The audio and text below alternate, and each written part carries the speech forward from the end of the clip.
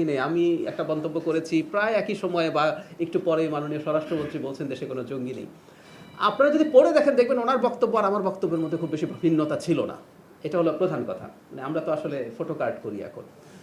আমি এভাবে বলেছি যে জঙ্গিবাদের একটা অতিরঞ্জন ছিল আওয়ামী লীগের সময়, তারা এটা দিয়ে ক্ষমতায় থাকা ন্যারেটিভ তৈরি করেছে। আবার কেউ কেউ কিছুই নেই আমাদের দেশে এই ধরনের বলে, দুটোই কিন্তু নেগেটিভ। মাননীয় স্বরাষ্ট্রমন্ত্রীও কিন্তু বলেছেন যে কিছু এক্সট্রিমিজমের অস্তিত্ব আছে, মানে এই যে জঙ্গিবাদ আসলে উনি শব্দটা ব্যবহার করতে চান নাই। ইনফ্যাক্ট আমি যা বলেছি ওনার বক্তব্যের সাথে আসলে খুব বেশি ভিন্নতা নেই। সেইটাকে আপনি জঙ্গিবাদ নামে বলুন অথবা উগ্রবাদ নামে বলুন, একটা লো ইন্টেন্সিটি তো আছে, না হলে তো আমরা এই অ্যালার্ট করতাম আনতাম না, এবং এটা আছে। এটা স্বরাষ্ট্রমন্ত্রীও মাননীয় স্বরাষ্ট্রমন্ত্রীও স্বীকার করেছেন।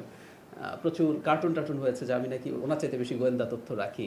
আর ফাইন, আমার ভালো লেগেছে দেখে। কিন্তু এই জায়গাটা আছে, এবং রেড অ্যালার্ট যেহেতু এখনও আছে, তার মানে আপনাকে একটা জিনিস বুঝতে হবে, এই ধরনের ঘটনায় সবসময় যে পাবলিকলি সব কথা সরকার বলবে সেটা সবসময় হবে না। সরকার এইগুলোর যে রিস্ক আছে, এগুলোর ব্যাপারে যে পদক্ষেপ নেওয়া সেগুলো নিচ্ছে, আমি ব্যক্তিগতভাবে জানি। সুতরাং যখন গ্রেফতার বা এই ধরনের কোনো ঘটনা ঘটবে যেটা সরকার মনে করবে জানাবেন আপনাদেরকে, সেটা সময় মতো জানানো হবে।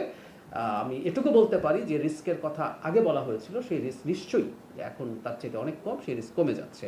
কিন্তু এই জায়গাগুলো অনেক বেশি সেন্সিটিভ, সেগুলো এই কারণেই এখন পর্যন্ত এটা বহাল রাখা হয়েছে। এটা খুব বেশি দিন থাকবে বলে আমি মনে করি না।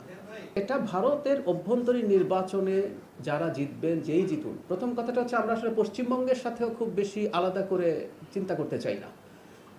যেমন একটু একটা প্রসঙ্গ আনি যে আমাদের তিস্তা চুক্তি নিয়ে একসময় পশ্চিমবঙ্গকে আলাপে আনার চেষ্টা করা হয়েছে। দুটো রাষ্ট্রের মধ্যে যখন চুক্তি হয় আসলে এটা দুটো রাষ্ট্রের চুক্তি হবে। সো ভারতের অভ্যন্তরীণ রাজ্যগুলোর মধ্যে জনগণ যাদেরকে নির্বাচিত করবে, হ্যাঁ, আমরা যেহেতু আমাদের একদম নেইবারিং এবং আমাদের সবচেয়ে লম্বা সীমান্ত এই রাজ্যের সাথে, আমাদের এই সম্পর্ক ইন্টারাকশন এটা কন্টিনিউ করবে।